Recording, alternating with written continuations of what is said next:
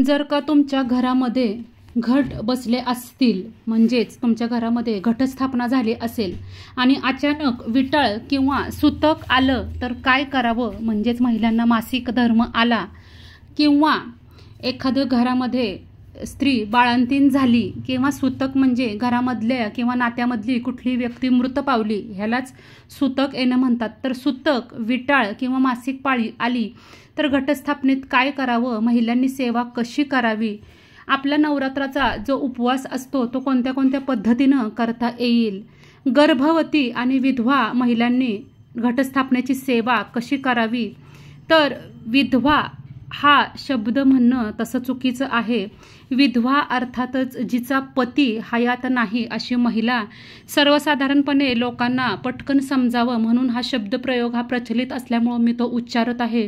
पण उच्चारताना सुद्धा तो शब्द जड होतोय. तर विधवाच्या ऐवजी आपण जिचा पती हयात नाही हा म्हणजे तुम्ही ह्याचा भावार्थ हा समजून घ्यावा.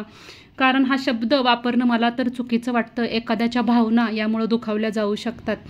पण ह्या गोष्टीबद्दल पुढं मी बोलणारच आहे की एखादी स्त्री विधवा होते म्हणजे काय? ती स्वतःच्या मनानं होते का? तिला देवधर्म करण्याचा, एखादी सेवा देवाची करण्याचा अधिकार आहे की नाही? बऱ्याच वेळेला जिचा पती हयात नाहीत अशा विधवा महिलांना कुठल्याही देवाच्या कार्यामध्ये, पूजेमध्ये पुढं जास्त आणलं जात नाही. त्यांना कुठल्याही प्रकारचा अधिकार हा, कुठल्याही पूजेमध्ये महत्त्वाचा अधिकार हा दिला जात नाही. अत्यंत चुकीची बाब आहे. तर त्या बाबतीत मी व्हिडिओमध्ये पुढे बोलणार आहे. पण तत्पूर्वी आपण 2-4 प्रश्नांची उत्तरं या व्हिडिओमध्ये जाणून घेऊयात.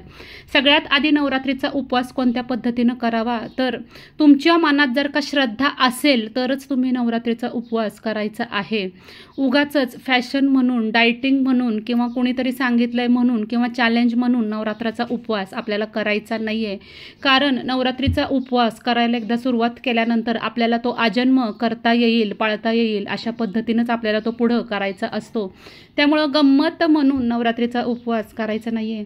ज्याच्या घरामध्ये घटस्थापना झालेली असते त्याच्या घरामध्ये या नवरात्रीच्या 9 दिवसामध्ये आई जगदंबा ही सूक्ष्म रूपानं वास करत असते. त्यामुळं देवादिकांच्या सगळ्या गोष्टी या 9 दिवसामध्ये तुमच्या घरामध्ये झाल्याच पाहिजेत. त्या पद्धतीनं आपल्याला सगळ्या सेवा या करायच्या असतात.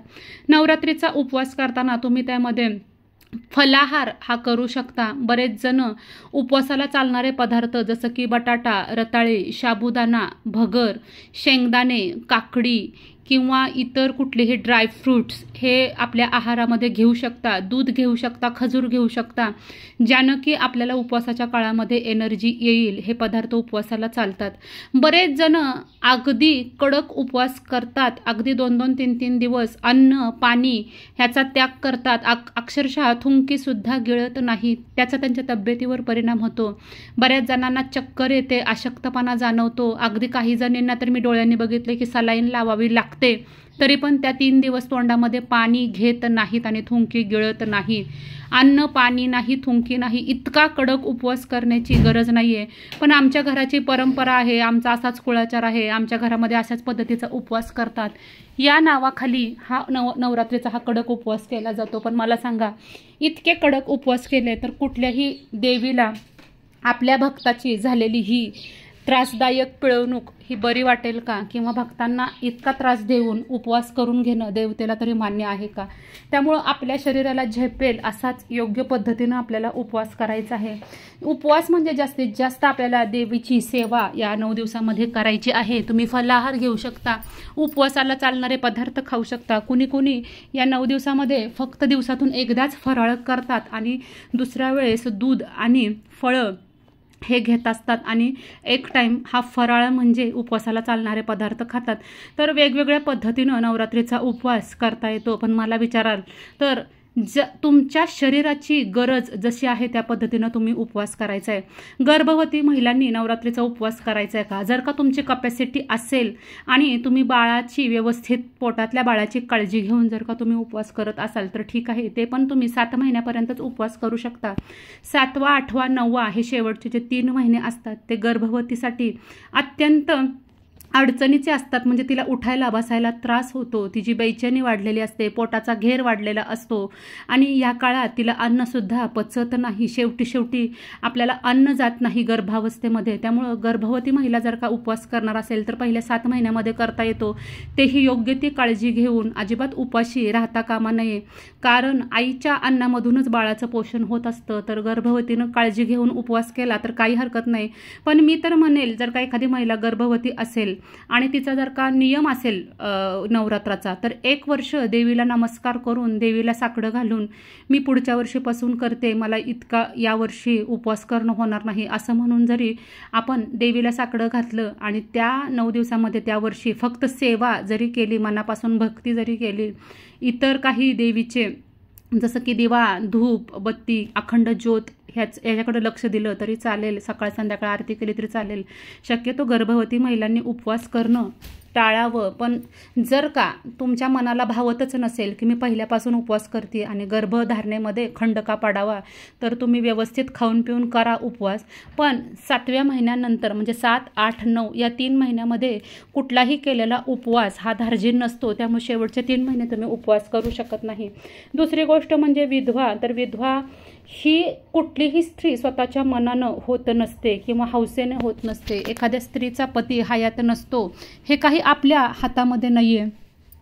एखाद्या स्त्रीचा पती जर का तिच्या आधी गेला तर यामध्ये त्या स्त्रीची काहीच म्हणजे चूक नसते. काही लोक विधवा स्त्रियांना अजिबात कुठल्याही पूजेमध्ये अजिबात समोरसुद्धा आणत नाही, तिची सावलीसुद्धा कुठल्या पूजेवर पडून देत नाही. अत्यंत चुकीचं आहे. ज्यावेळेस एखादी स्त्री लग्नाच्या आधीसुद्धा कुंकू लावते, पायामध्ये पैंजण घालते, दागदागिने घालते, मेहंदी लावते, हे सगळे जे 16 शृंगारापैकी बरेचसे शृंगार आहेत आणि कुमारिका देवींना तर आपण नवरात्रीमध्ये पूजतो, त्या कुमारिकांना आपण सगळा अधिकार देतो. लग्न झाल्यावर तर त्यापेक्षा जास्त अधिकार स्त्रियांना सौभाग्याचे मिळतात. पण फक्त पतीच्या गेल्यामुळं सगळे अधिकार त्या स्त्रीकडनं काढून घेणं हे अत्यंत चुकीचं आहे.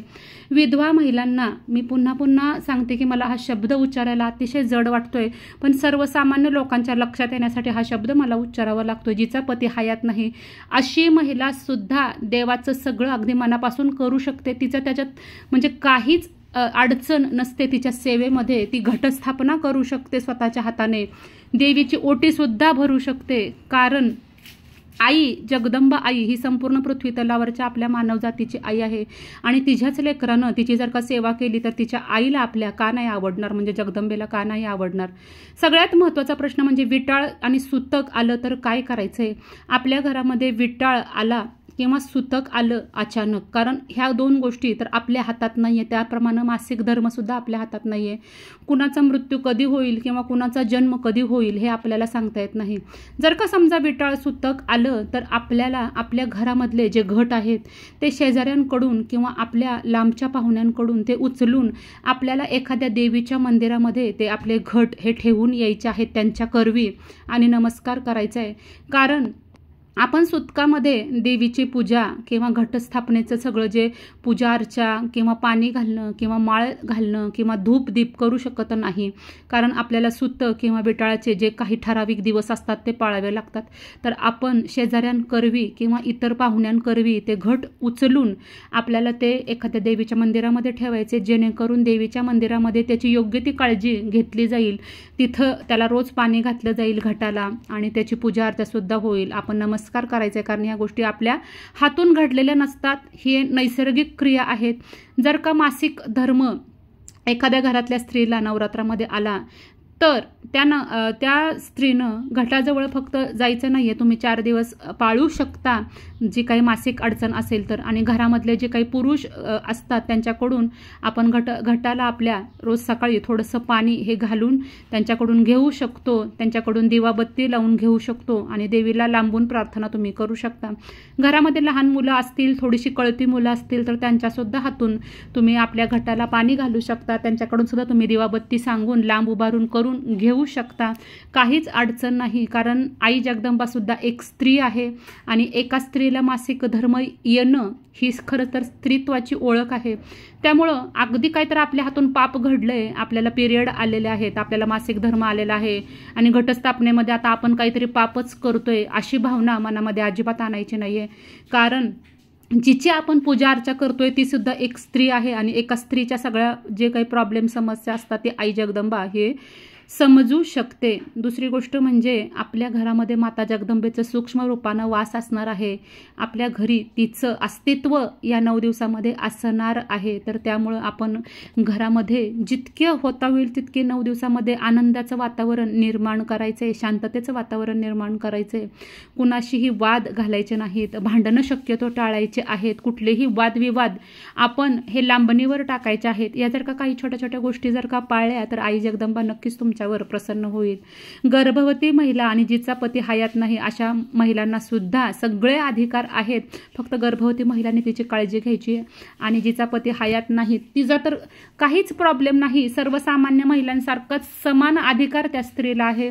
तुम्ही सगळ्या गोष्टी देवीच्या करू शकता, कुणालाही न जुमानता तुम्ही देवीच्या गोष्टी करा, काहीही अघटित होणार नाही, कारण आई हीच आपलं रक्षण करत असते। आई जगदंबाच आपल्या सगळ्यांचं रक्षण हे करत असते। त्यामुळे मनामध्ये कुठलाही किंतु परंतु तुम्ही आणायचा नाहीये। परत एकदा सांगते, नवरात्रीचा उपवास हा आपल्या स्वतःला झेपेल अशाच पद्धतीनं करायचं आहे। जर का तुम्ही वयोवृद्ध असाल आणि तुम्हाला जर का वयोमानाप्रमाणे काही डायबिटीज किंवा बीपीच्या गोळ्या चालू असतील तर तुमच्या गोळ्या व्यवस्थित सांभाळून आपल्याला आहार आपला उपवासाचा घ्यायचा आहे।